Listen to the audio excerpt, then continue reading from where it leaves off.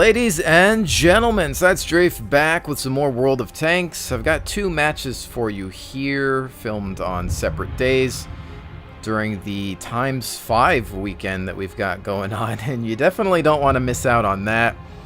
Lots of experience to be had.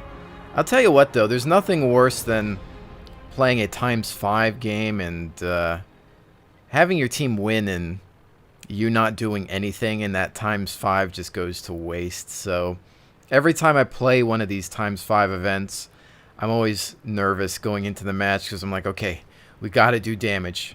You know, do whatever it takes, even if it comes down to having to play a little bit more reckless. You know, just get those points, because if the team ends up carrying you and you do nothing, well, again, just such a huge waste. But the other thing is it's hard with the AT-15 because it's so slow. So if you have to relocate, it can be quite problematic. So in this match, within this tank destroyer, I decide to head for the objective as it's the quickest route for the speed of this TD. It's just way too slow, and there's no way I'm going to make it up that hill and then end up being of any use. We also don't have that many tanks on this flank, so I figured that I can help back them up. We've got two mediums who I thought were actually going to try to take the flag early on, and then the Jagdtiger. I think the mediums end up bypassing the flag, just seeking out targets. And there are times in some games where you don't want to capture too early, and you don't want to sit back trying to cap while the rest of your team is getting annihilated.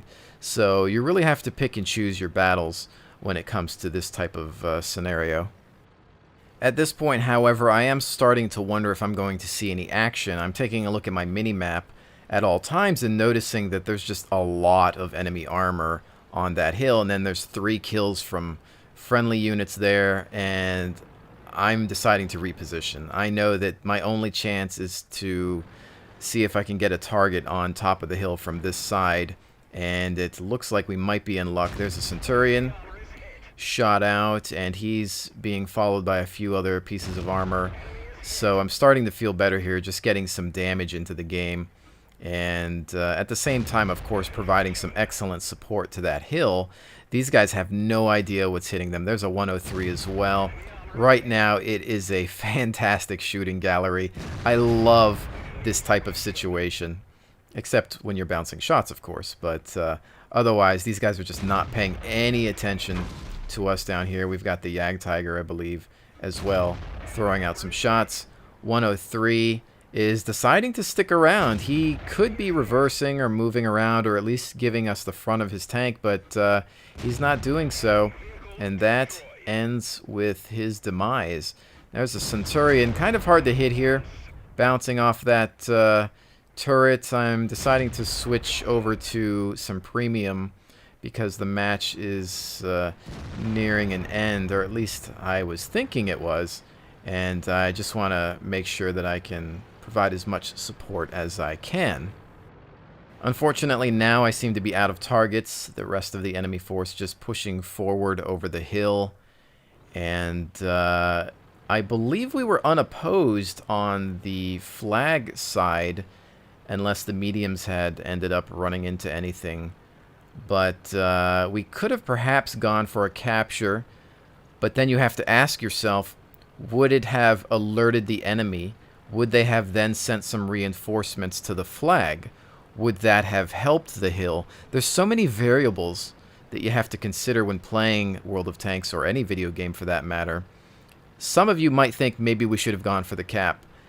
In this type of tank destroyer, I don't think I was the one that should have gone for that, but I obviously got in some nice damage there. We put some hurt on 3 tanks, and I feel that that is how I was most effective.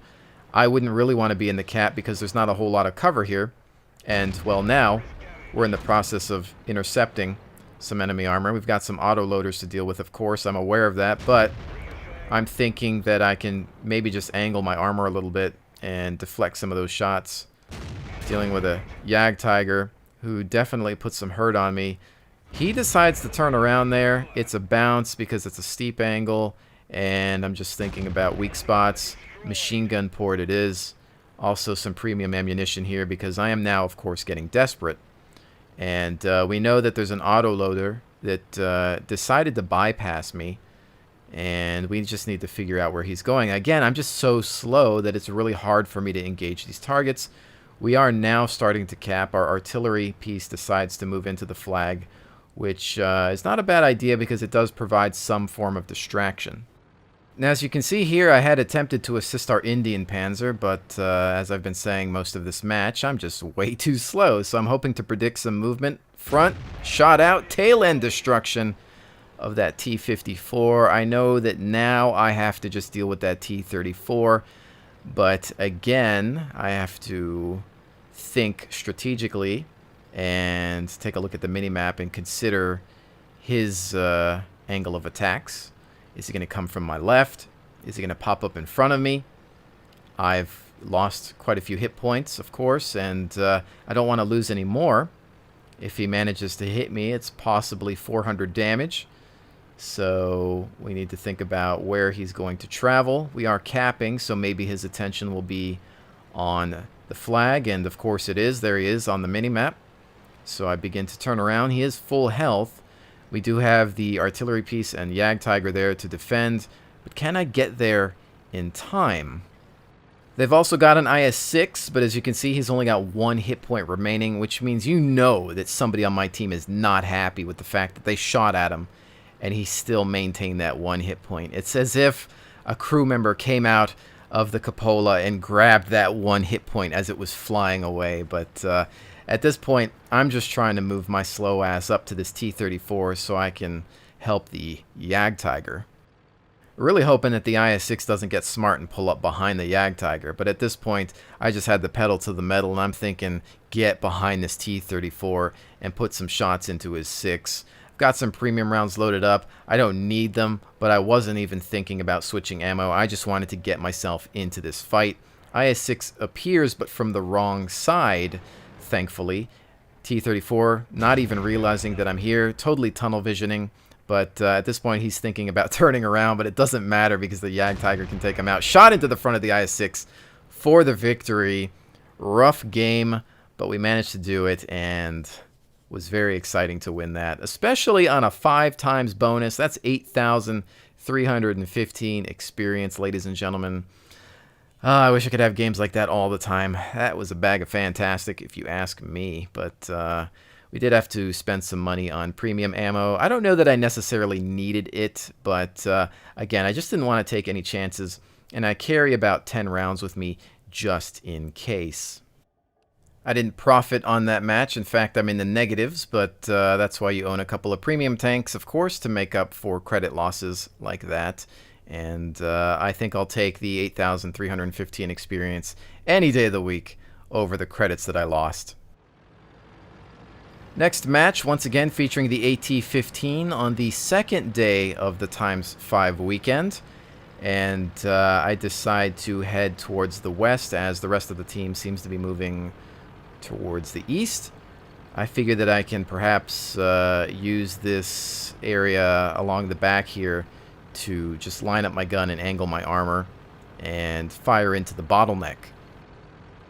Now, it's really important that you pick your objective from the beginning and stick to it when you're in a vehicle this slow. You just can't relocate in time. And unless somebody's telling you that they can buy you that time, that they can hold the enemy off for you to be able to relocate, then it's just generally not worth it.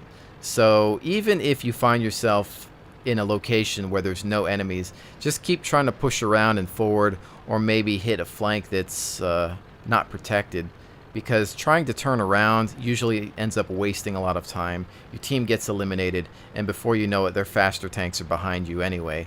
So again, just try to commit to a route. Try to memorize the maps and think about good locations for tank destroyers that are especially slow, like the AT-15. Now at this point, I'm just trying to make it to the battle in time. We've got some tanks up front, multiple contacts, and I'm hoping that they don't die by the time I get there. We've got the ST up in front of us, who, in my opinion, is a really intimidating tank. That turret is really hard to get through, and even trying to penetrate his hull at times with the wrong calibers is not easy, but I'm almost here. Hold on. Wait for old man AT5. And you can see this Tiger P turning around, kind of rushing forward. I'm not sure that they're aware of my presence. And once I show up, I'm wanting to go for that track to stop him. But he's smart, repairs, gets out of there. Walrus Tamer up front. I put one into him. He bails out. And again, I just don't think that they knew that I was back here as well. They were just ready to deal with one tank. And the nice thing is, I've got this high rate of fire, so I can keep people pinned down, track, intimidate them, make them fall back. I'm doing about 200 damage or so, and that's enough to scare somebody away, especially when you've got the ST reloading his larger shot. I decide to roll forward a little bit more to help press the engagement. I figure that at this point, they're not going to want to come around this mountain anymore, so I just need to get up here and use my wide gun arc to perhaps get some fire into this battle. He bounces a shot, one goes into me, trying to go for some lower plate, 202, backing up for the reload, and just trying to not take any more damage. He shoots, but he's just full reverse now, so he avoids my reload time. That was my greatest advantage, but he's taken out from the flank, and this T-29 is looking to engage me, but I've got some shots on him. He appears to be stuck. No getting out of that spot. I've got some hull armor to shoot at for the elimination. But oh wait, there's more. We've got two tanks on our right. I'm taking some shots into the side, trying to bring her around, angle that armor, use the wide gun arc to return fire. 32 hit points remaining. There is no way I can survive this. Still putting out rounds, bouncing, track taking damage as well. Another bounce on the steep angle. Tiger's on fire. Track hit as I push forward. Unbelievable, ladies and gentlemen. This AT-15's frontal armor, while angled, plus the extremely wide gun arc, potentially saving my life. With that, now it's time to bring the fight to them, but they've still got a lot of tanks left. Artillery fire inbound. ST just being careful. I'm thinking about where my cover is. I see this Sherman wreck. I think that this might be a good spot. Shot out at the ST. Looks like it overpenetrates. Goes right through. He takes a lot of damage on that one. Not sure what hit him, but he manages to take one out in the process as we continue to push forward. Now here, ladies and gentlemen, I only have 32 hit points, so I really need to be careful. But I think I was getting a bit cocky, as you will soon see. I put myself well into the danger zone. As you can see here, I've still got some premium ammunition available to me. And I wasn't really thinking about it at the time because I think I was still in shock over surviving that last battle. And it goes to show you that even if you don't have any cover available to you, rely on your armor, angle your tank. Don't just sit there. Think about the angling at all times, because that is what saved me. And also think about moving, because that push forward meant that that Tiger's last shot went into my track instead of where he might have been aiming. And he may have not been able to pen, but regardless, a little bit of movement, a shake here and there, and some angling will work wonders. But right now we've got some threats forward. Jagdpanther 2. Don't really want to have to deal with this guy if he's got an upgraded gun, especially. Round out for some heavy damage, still using standard ammunition. I'm thinking I can put another one out, but I take a shot. My armor absorbs it by some miracle. Another round out, he's still alive. One shot to eliminate both of us. Premium ammo up, shot out, and he's gone. Holy frack, ladies and gentlemen. Once again, surviving. Perhaps it was a mixture of steep angling and the fact that he was uphill, having to shoot at me from a position that wasn't to his advantage. I don't know. Maybe it went into the mantlet. No idea where that last shot went. Really wasn't paying too much attention there. Heart-pounding situation, ladies and gentlemen. Unbelievable. This AT-15 may earn a permanent spot in my garage after seeing some of these battles today.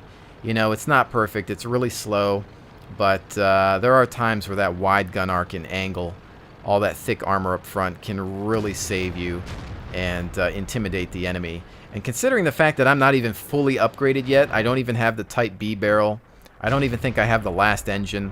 I still got a ways to go on upgrades for this thing, but wow, having a lot of fun with it, and actually looking forward to the Tortoise because the playstyle is very similar, but with a much more lethal gun.